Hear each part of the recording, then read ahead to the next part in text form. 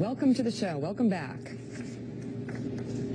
Good morning, Mika. Good morning, Joe. Good morning, all. Carly, Happy we're New Year. not quite in the home stretch yet, but we're getting there.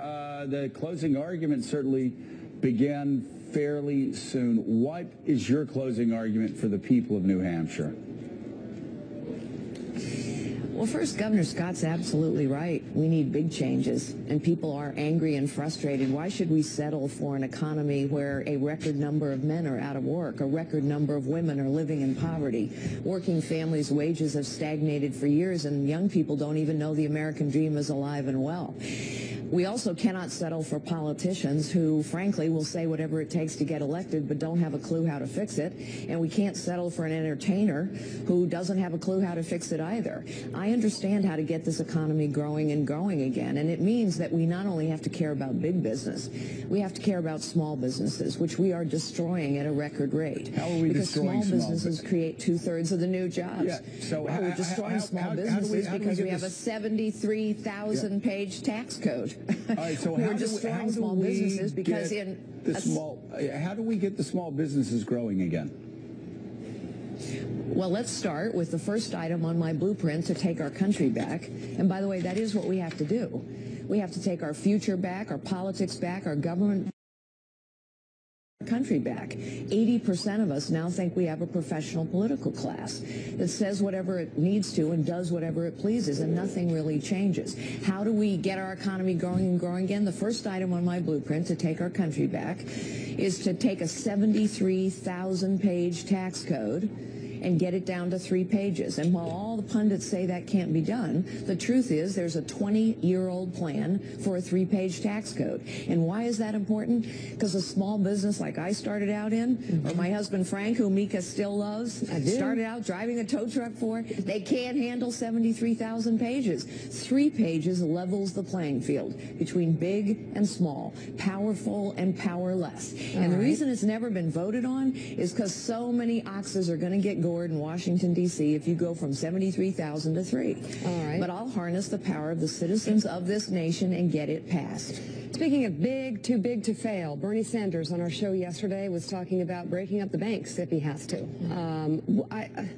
Do you agree, at least, that we are in a situation where we are at too big to fail again? And how would you address that situation?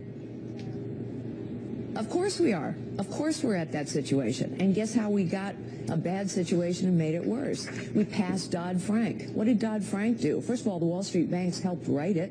And 10 too big to fail have become 5 even bigger banks. We've destroyed 1,590 community banks in the process. We've destroyed 20% of the credit union industry because, see, this is what happens. When big government gets bigger, the small get crushed. And the community banks and the credit union system give loans to whom? Small businesses and working families. See, this is the lie that Bernie Sanders tells, and Hillary Clinton tells as well. Progressive policies make it better. The truth is, progressive policies make it worse, because progressive policies make complicated, powerful government bigger, more complicated, and more powerful. And as government gets bigger and more powerful and more complicated, only the big, the powerful, the wealthy, and the well-connected can survive. That is why, under President Obama, 90% of the wealth created in the last 7 years has gone to the top 1%. Income inequality is worse, not better. It's why we have record numbers of people in poverty. Progressive policies have failed. The only way to fix this is to get money, power, complexity out of Washington, D.C. and push it back to the people of this nation. That's why I'm running for president. We've got to take our country back.